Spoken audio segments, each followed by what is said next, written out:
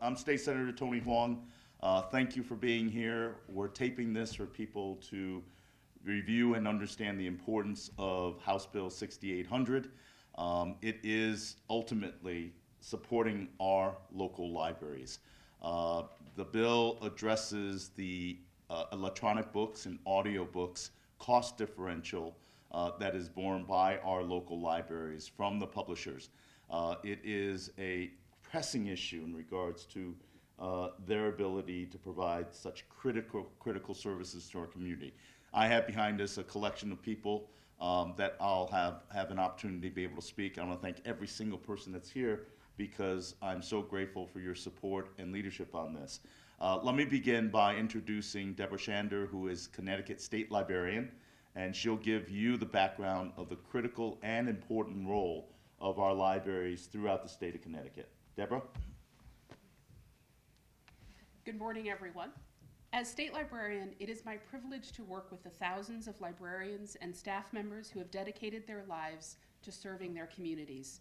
Whether they are providing a first-generation college student who has nowhere else to go with a private place to study, creating a story walk so families with young children can see books come to life before them, extending their Wi-Fi to the parking lot so that someone without home internet can make a medical appointment after the library building has closed, ensuring that a retiree who has a limited income and a voracious appetite for reading never runs out of books, providing the resources for job seekers, entrepreneurs, and new immigrants to meet their goals, or any of the dozens of other unique and necessary services that modern libraries provide.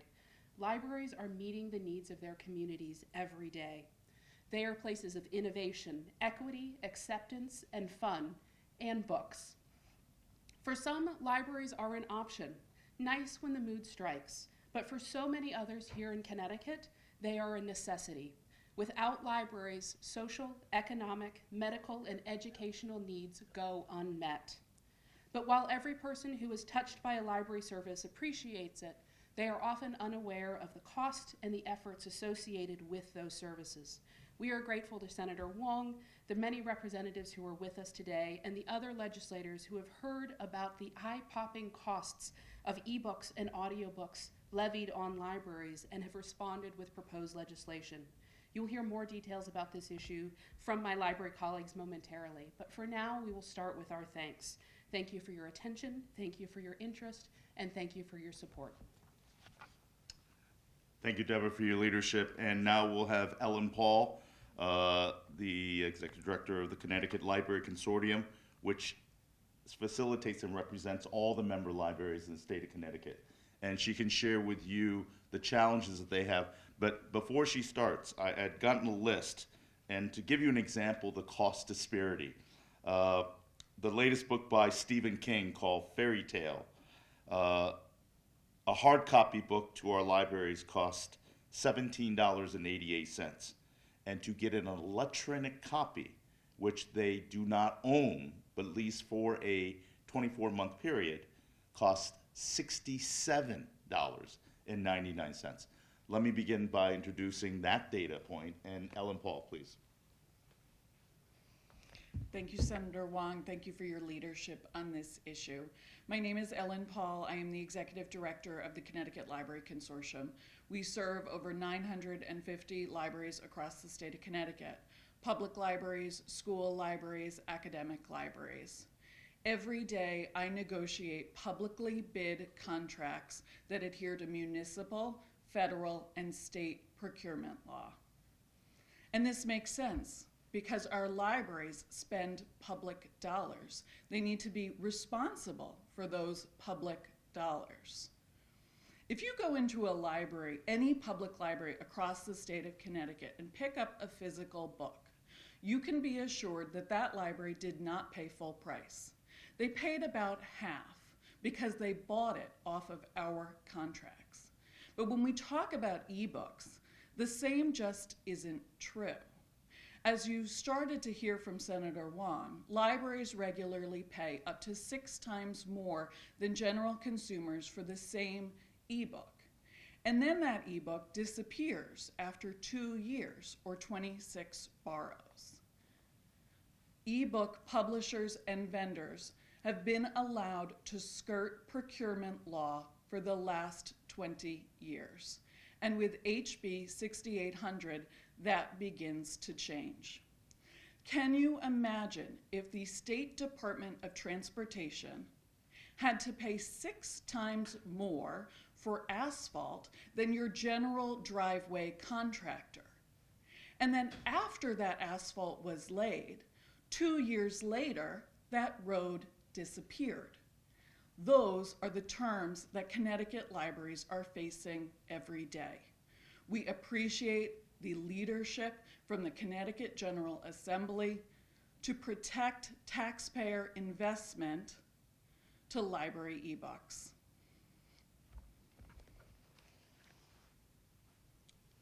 Thank you, Ellen, and I appreciate your hard work on behalf of all the libraries.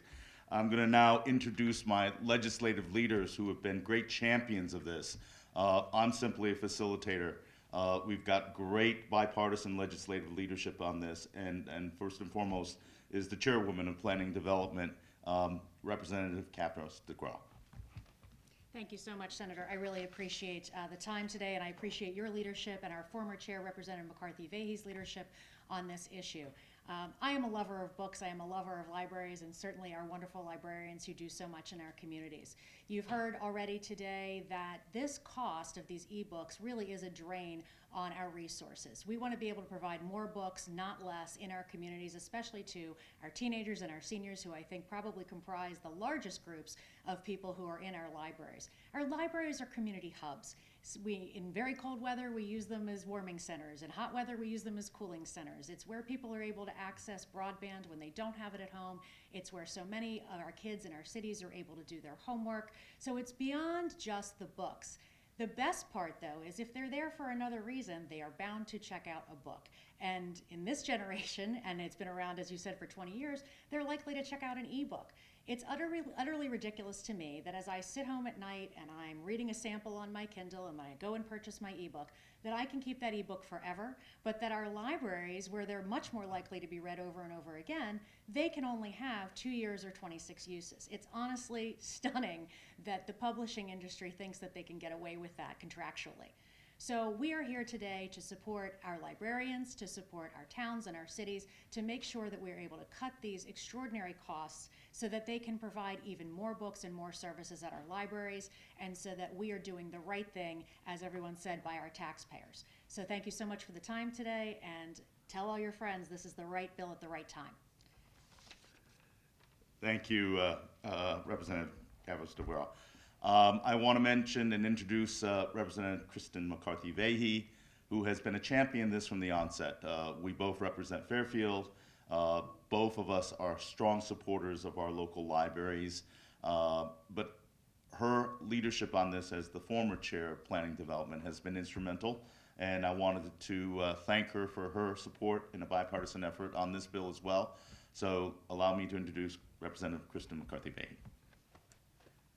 Thank you so much, Senator Hwang. And Senator Hwang, I'd like to thank you for your leadership in being a champion of this legislation, and of course, Madam Chair, for continuing this conversation. When I walked in today, I said, oh my gosh, the librarians are here. I was so excited, and I was thinking about Read Across America Day. And I'm sure the librarians will all know, and I'm sure Senator Hwang and Rep. Capros DeGraw, Mo Willems, one of our favorite children's authors. This week I got to read We Are in a Book to the students, and I'm thinking about all of us up here today. We are in a book. We are literally here to help make sure that everyone has what books are. Tickets to the world. Literally, books, ebooks, physical books, and libraries are our tickets to the world.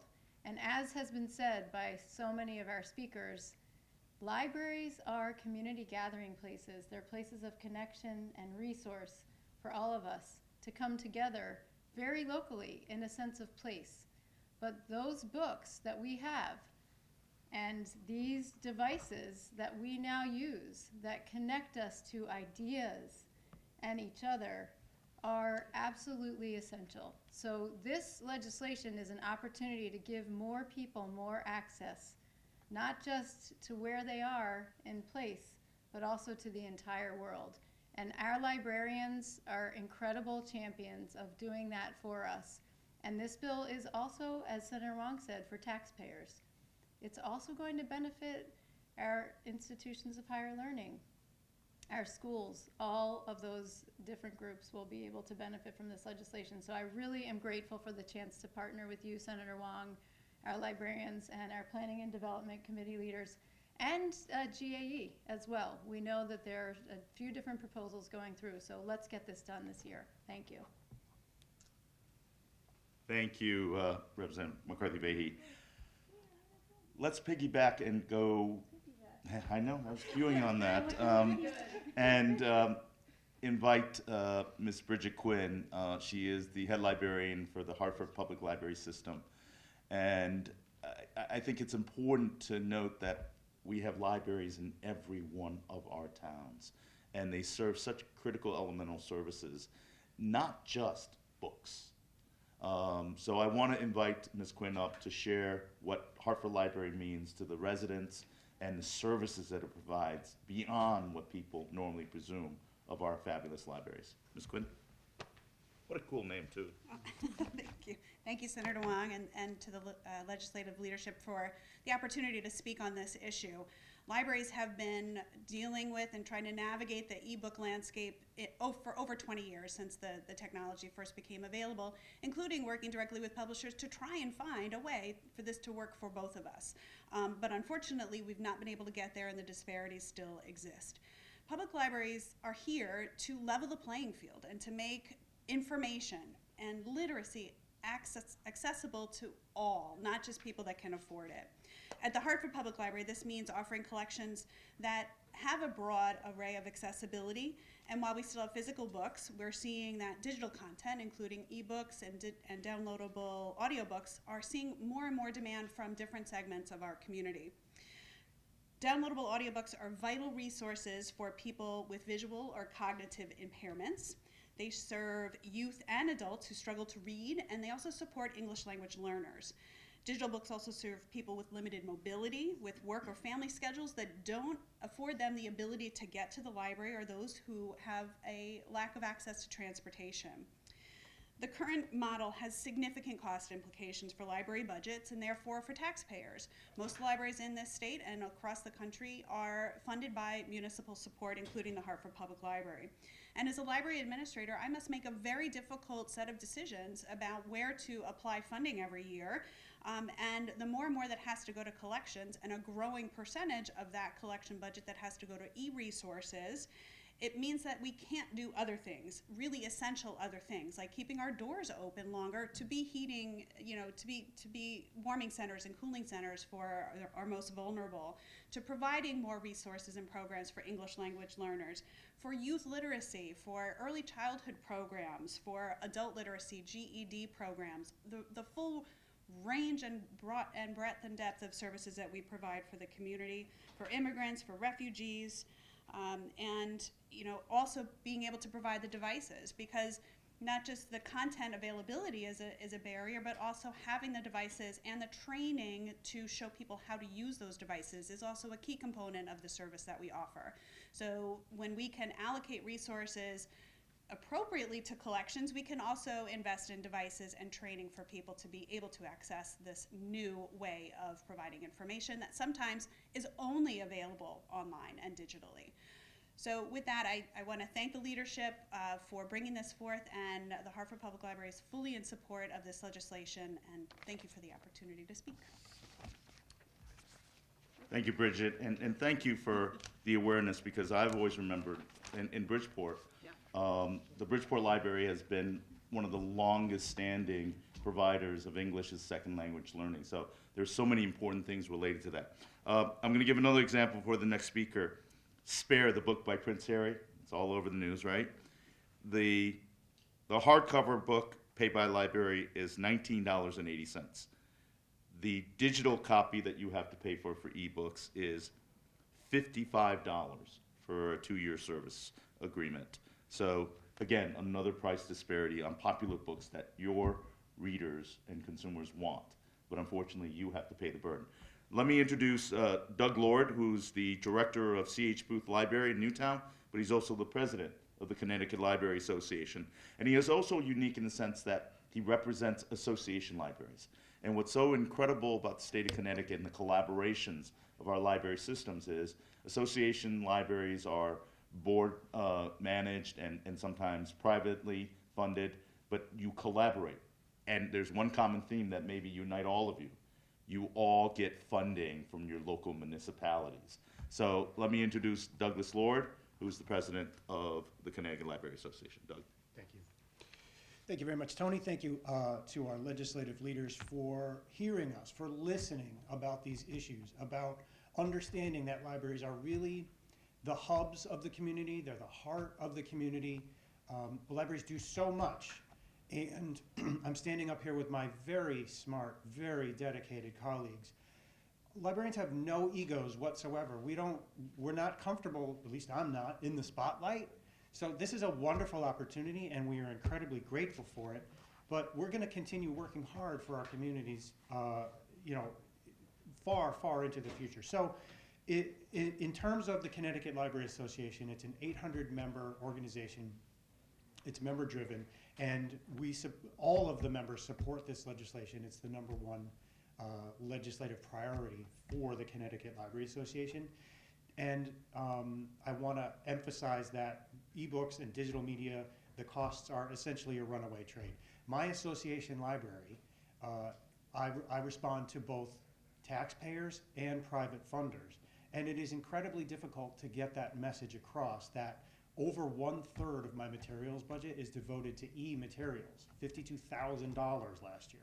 If you apply that to the entire state, it is $5.98 million. Now, if those dollars were contracted appropriately, we would be getting far more materials and also for far longer.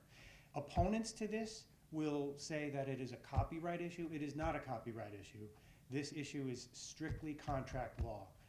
My colleagues have provided ample information on that. We're very comfortable with that.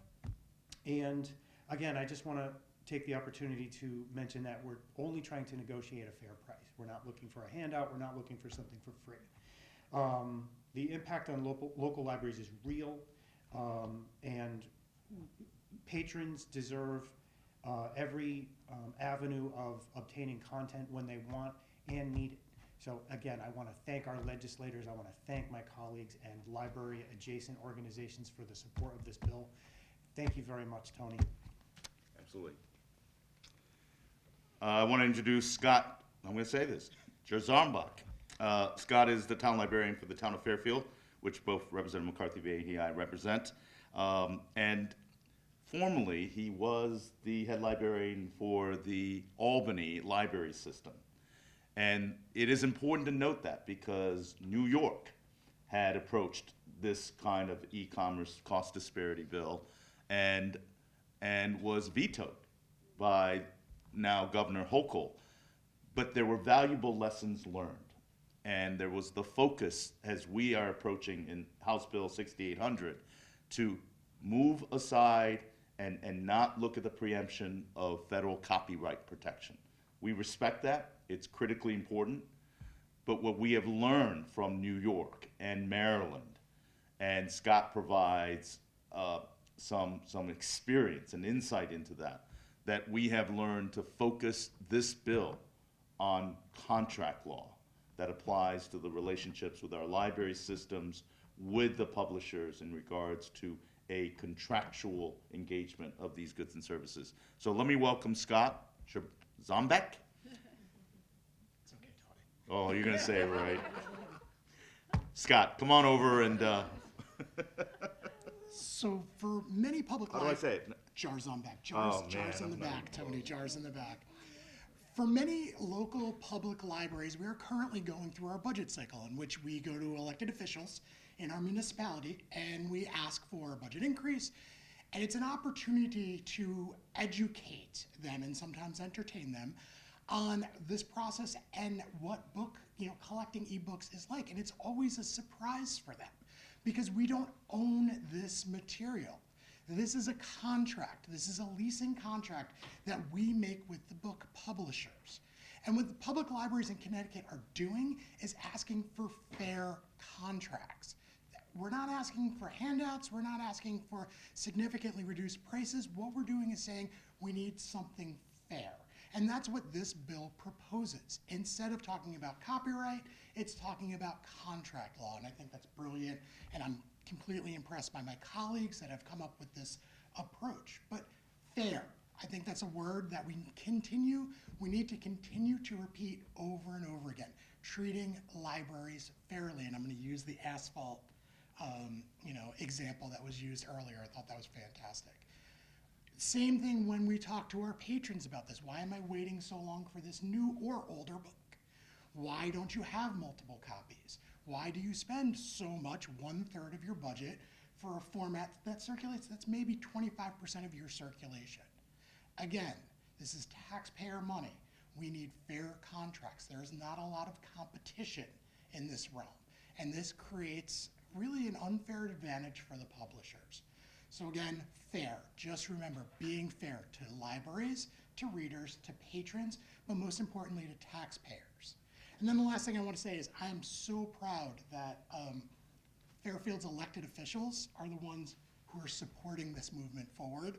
It's fantastic to have the support at a state level of our representatives. So thank you. Thank you, Scott. And I think it's important. I mean, we're having a public hearing at 11 o'clock in the Planning Development Committee. Resident McCarthy-Vahey and I sit on it. These good people in front of, behind me are all going to testify. Their testimony can be obtained on the Planning Development website. And it is part of the process that we're undergoing. But it is also important, as we talked about the ebooks and audiobooks cost disparity, I want to make one last pitch to encourage people to support our libraries, but also recognize that they draw their funding, not from federal, not from state level, they draw their funding from local municipal budgets. And that this is a cost savings to taxpayers and a fairness issue. And ultimately, it allows our libraries to survive, but also provide critical services that the community needs and wants. This is about fairness. This is about an opportunity to support our library. So I want to thank you all for being here. And it's kind of funny, we said earlier in the crowd that we were fighting this press conference against the bear hunting press conference. So support the bears.